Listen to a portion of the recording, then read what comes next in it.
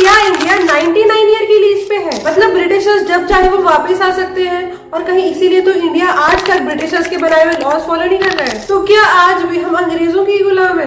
अंग्रेज चले गए लेकिन गलतफहमी तो बहुत सारी छोड़ गए। ये सभी कंट्रोवर्सी थ्योरी है और इनका वास्तविकता से कोई लेना देना नहीं है। तो आज की वीडियो में हम बात करेंगे इसी टॉपिक पे कि क्या हो अगर इंडिया आज भी ब्रिटिशर्स की कॉलोनी होती तो, या फिर इंडिया आज भी ब्रिटिशर्स की कॉलोनी है, और क्या ब्रिटिशर्स सच में किसी भी समय आके इंडिया पे वापस कब्जा कर सकते हैं। तो आइए वीडियो को शुरू करते हैं।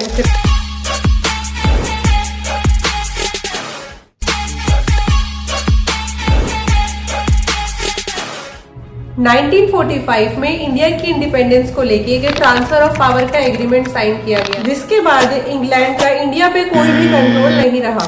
इंडिया के सभी लॉज इंडियन पार्लियामेंट ही बनाती है। हाँ, कुछ लॉज ऐसे थे जो ब्रिटिशर्स ने बनाए थे, उन्हें हमने कुछ समय तक फॉलो किया। उसके बाद हमने उनमें कुछ नेसेसरी चेंजेस करके हम उन्हें आज भी फॉलो कर रहे हैं, और ये इंडियन गवर्नमेंट बिल्कुल भी फोर्सफुली नहीं कर रही है। मतलब ब्रिटिशर्स का हमारे इकोनॉमी, पॉलिटी या किसी भी स्ट्रक्चर पे कोई कंट्रोल नहीं है। लेकिन क्या आपने सोचा है कि क्या होता अगर ब्रिटिशर्स आज भी इंडिया पे रूल कर रहे होते? तो इसका सबसे बड़ा कंसिक्वेंस तो ये होता कि ना आज पाकिस्तान एग्जिस्ट करता और ना ही बांग्लादेश, क्योंकि ये दोनों ही इंडिया के एक यूनाइटेड हिस्से होते, और न ही कोई कश्मीर का मुद्दा होता जिससे बहुत ही ज्यादा शांति होती, और वैली में किसी भी तरह की डिस्प्यूट्स देखने को शायद नहीं मिलती, क्योंकि इसकी शुरुआत ही इंडिपेंडेंस के बाद हुई।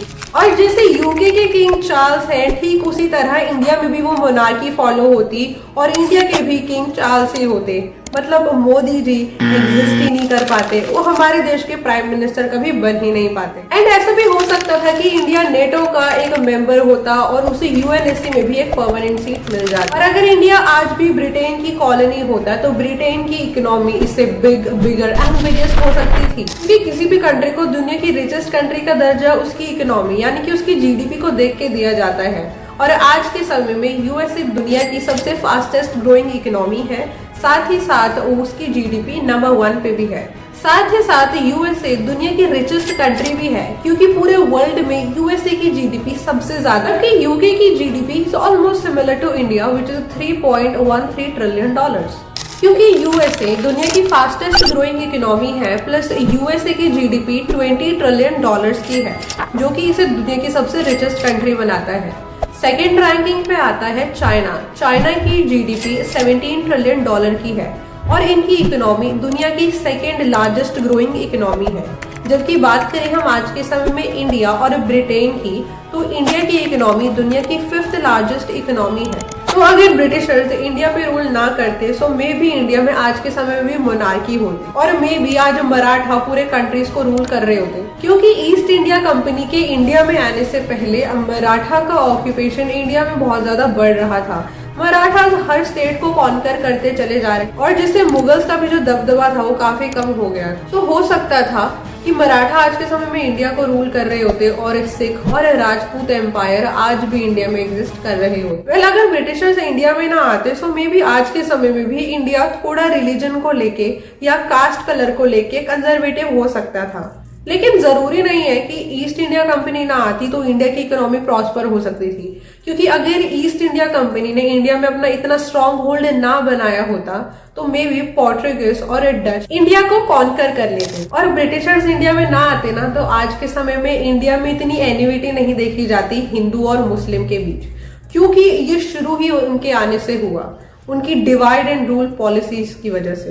धर्म के नाम पे इंडिया में आज भी बहुत ज्यादा कड़वाहट लोगों के बीच में दोबारा से फैल रही है, लेकिन इसका बीज तो ब्रिटिशर्स ने बोया था, और इसको कंटिन्यू कर रही है हमारे देश की पॉलिटिकल पार्टी। वो इसे तूल देने में कोई कसर नहीं छोड़ रही है, क्योंकि इससे उनका वोट बैंक बन रहा है। क्यों? कुछ गलत कहा मैंने? इसके बावजूद भी हम आज भी ब्रिटिशर्स को ही ब्लेम कर रहे हैं। क्यों पता है? मैं बताती हूँ।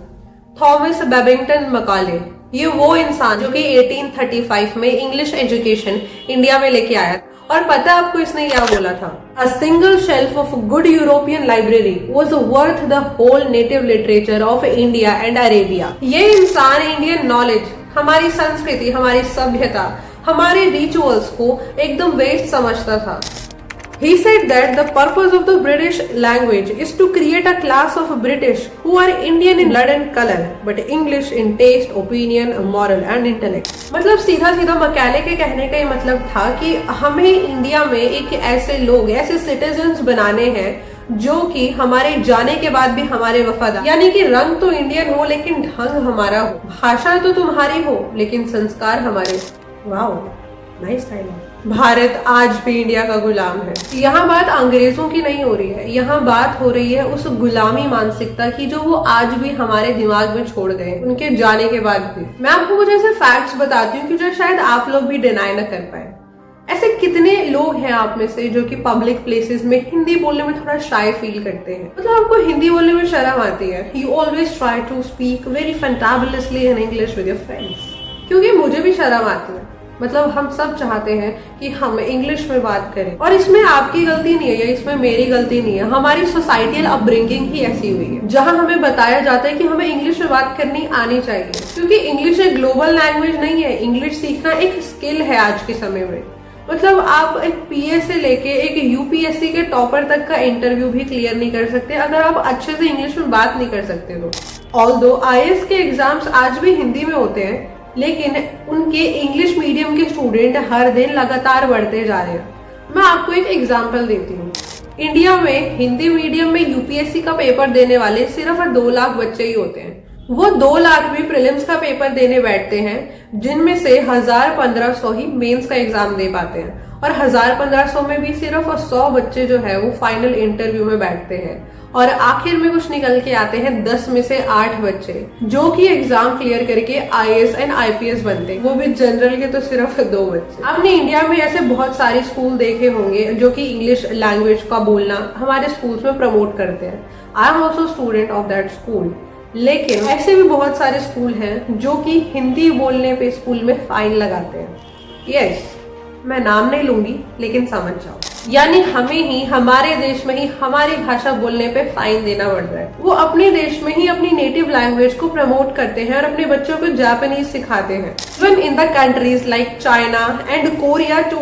लेकिन हमारे देश के बच्चों में ही, अडल्ट में ऐसी साइकोलॉजी भर दी गई है जिससे हमें हमारी भाषा ही बोलने में शर्म आती है। वेल दोस्तों, ये तो थी हमारी आज की वीडियो। आई होप आपको इस वीडियो का कंसेप्ट अच्छा लगा होगा। तब तक के लिए मैं चलती हूँ और मिलते हैं किसी एक और नई वीडियो में, और आप अपने सजेशन मुझे वीडियो में नीचे दे सकते हैं कमेंट सेक्शन में। Till then stay tuned with me and bye bye.